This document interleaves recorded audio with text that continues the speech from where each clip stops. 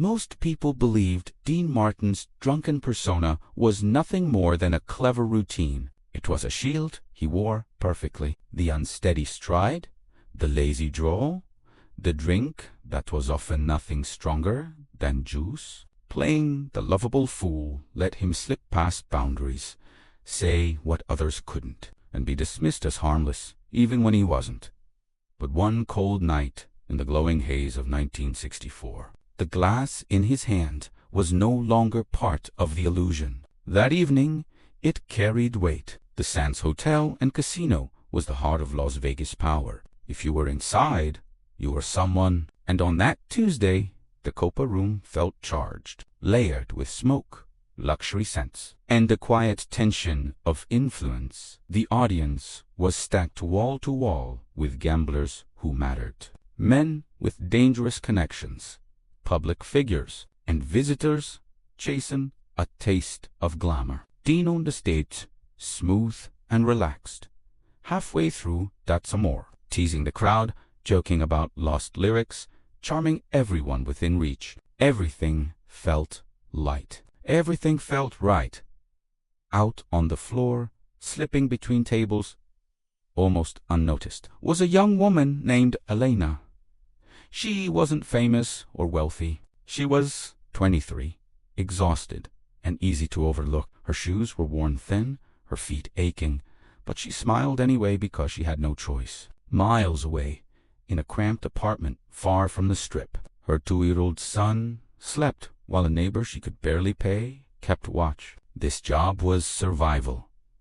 She needed every dollar she could earn. Tips meant groceries, rent, and one more week of stability. That night, she was assigned to table 4, the kind of table servers feared. The big ran, the whale. At table 4 sat a man known here as Mr. Sterling.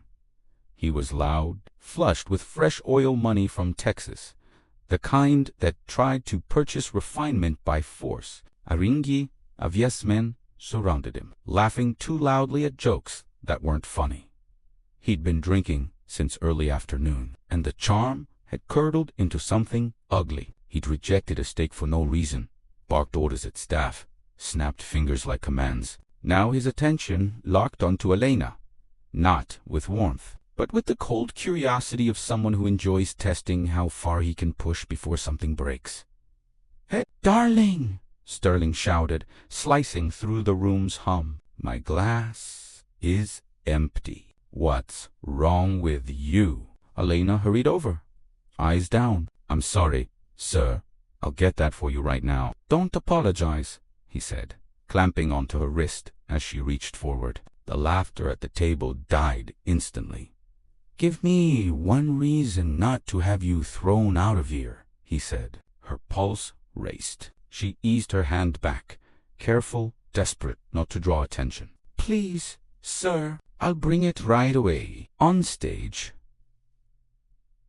the band kept swinging. Dean joked with the pianist. The show went on.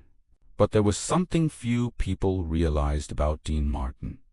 Behind the heavy lids and easy grin, he missed nothing. He noticed the shift in the room. He saw the tension, the fear etched into the girl's posture. He kept singing, but the warmth had drained from his smile. Elena returned moments later with a fresh pour, a double scotch, neat, just how Sterling demanded it. Her hands trembled as she set the glass down. As she leaned forward to set the glass onto the crisp white cloth, Sterling reacted. It was barely noticeable. A quick flick of his elbow, but it was deliberate. The thick crystal tumbler struck the tray's edge. The crash echoed through the room like a gunshot. Golden liquor splashed across Sterling's tailored Italian suit, darkening the silk instantly. Ice scattered across the carpet. The band kept playing, but the crowd froze. Heads turned. Sterling shot to his feet, his face flushing a deep, furious purple. What came next wasn't shouting.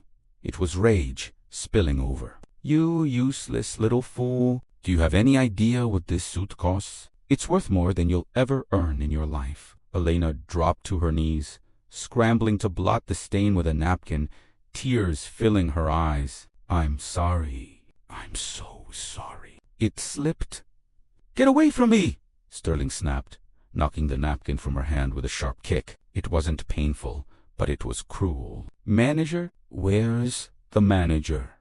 I want this worthless girl gone right now." The floor manager rushed in, stiff and sweating in his tuxedo, apologizing to Sterling while giving Elena the look she recognized instantly. The look that said this was over. Elena's body shook as she cried without sound. In her mind, she watched her rent disappear, her son's meals vanish, her safety collapse, and then the music stopped. Not a slow fade. "It coochie dead!" Dean Martin had turned to the band and sliced his hand across his throat. Silence slammed into the room. 800 people held their breath.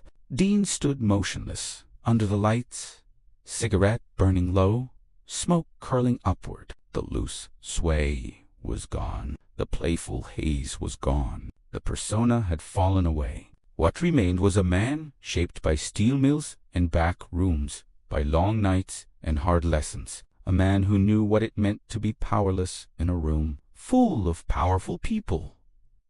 He set the microphone down on the piano with a dull thud and stepped to the edge of the stage. He didn't bother with the stairs. He dropped down lightly onto the carpet below. Tall and broad, he seemed even larger as he moved forward. He walked straight through the tables. The crowd parted instinctively. He ignored the celebrities, the bosses, the men who usually commanded attention. His focus never shifted from table 4. Sterling was still raging, dabbing at his jacket, but when he saw Dean approaching, his posture changed. He expected humor. A smooch, Joe, a calming smile. Entertainers were supposed to protect men like him. Sterling forced a grin. "Dano, look at this disaster. Can you believe the stuff these days? Good thing you're here to smooth it over." Dean didn't respond. He stopped inches from Sterling's face. His expression was flat, unreadable. The scent of cologne and mint hung in the air. Dean glanced down. Elena was still crouched, gathering melting ice with shaking hands. He reached for her, his grip careful and steady, and helped her to her feet. "Stand up, sweetheart," he said quietly. His voice carried no showmanship, only certainty. "You don't kneel for him. You don't kneel for anyone." Elena looked up, mascara streaked fear in her eyes. "Mr. Martin." Dean gently silenced her, took the soiled napkin from her fingers, and dropped it onto the table. Then Dean turned his attention to Sterling. The smile on Sterling's face collapsed. "Now, wait a second, Dean. She ruined my suit. I'm a paying customer. I drop 50 grand here every weekend." Dean glanced at the stained fabric, then lifted his eyes to meet Sterling's. The tension was so thick, the soft clink of melting ice sounded loud. "You know," Dean said evenly, his voice carrying just far enough for others to hear, "I've spilled more liquor on my tuxedos than you've ever managed to drink. It washes out. It fades. But cruelty like yours, that kind of stain, never does." Sterling stiffened, his pride flaring. "Excuse me, do you have any idea who you're talking to? I could buy this whole place." Dean stepped closer. This wasn't the performer anymore. This was the man who understood how power really worked. The man who knew people who handled problems far from bright lights. "You might afford the building," Dean said quietly, "but you'll never afford dignity. And you sure as hell don't get to treat a woman like garbage in front of me. Your room." Sterling chuckled nervously. "I pay your salary, pal." That was the line he shouldn't have crossed. Dean didn't raise a hand.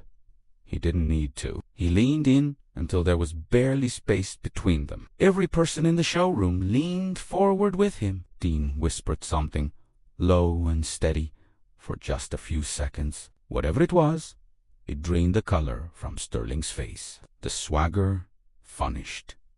His eyes flicked around the room, searching for a way out. He swallowed hard.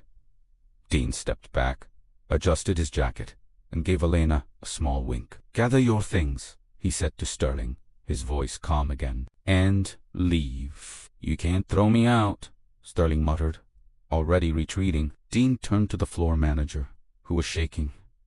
"He's done here. His tab is covered. And if he ever comes back while I'm still breathing, I walk. Frank walks.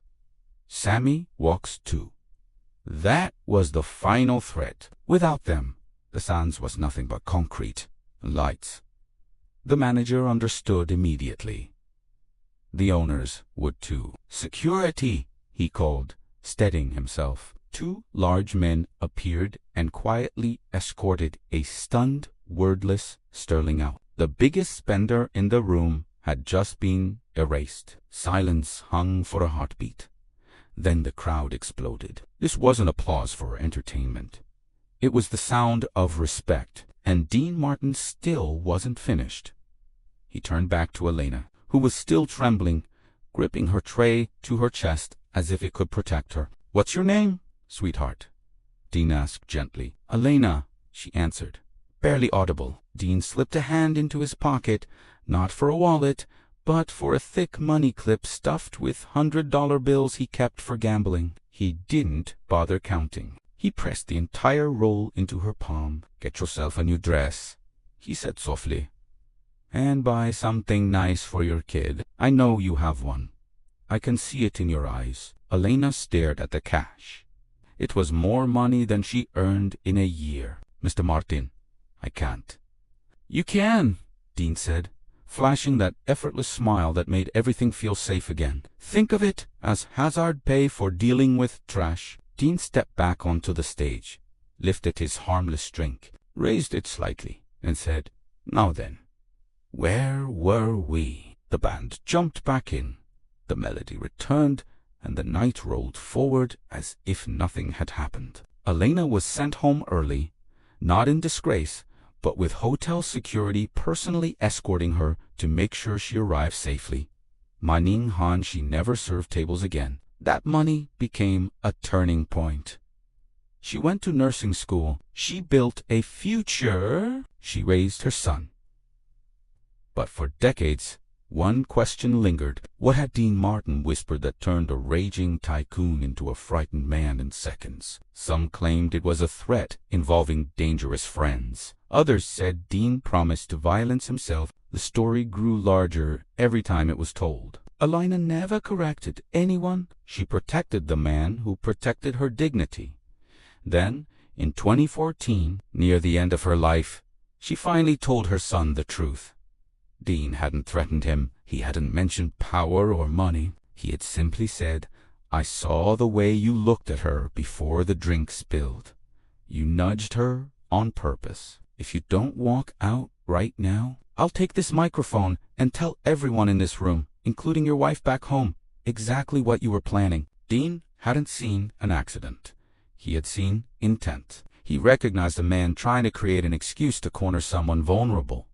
He recognized an old, ugly move and shut it down instantly. He didn't step in because a drink fell. He stepped in because he understood the truth. That was Dean Martin. The world saw the tuxedo, the cigarette, the glass in his hand. They saw the carefree icon who seemed untouched by anything serious. But that night, far from politics and headlines, inside a smoky casino, he showed who he really was. He was the man who paid attention. He was the man who understood that real cool has nothing to do with charm or confidence. It's about how you treat the person cleaning up after you.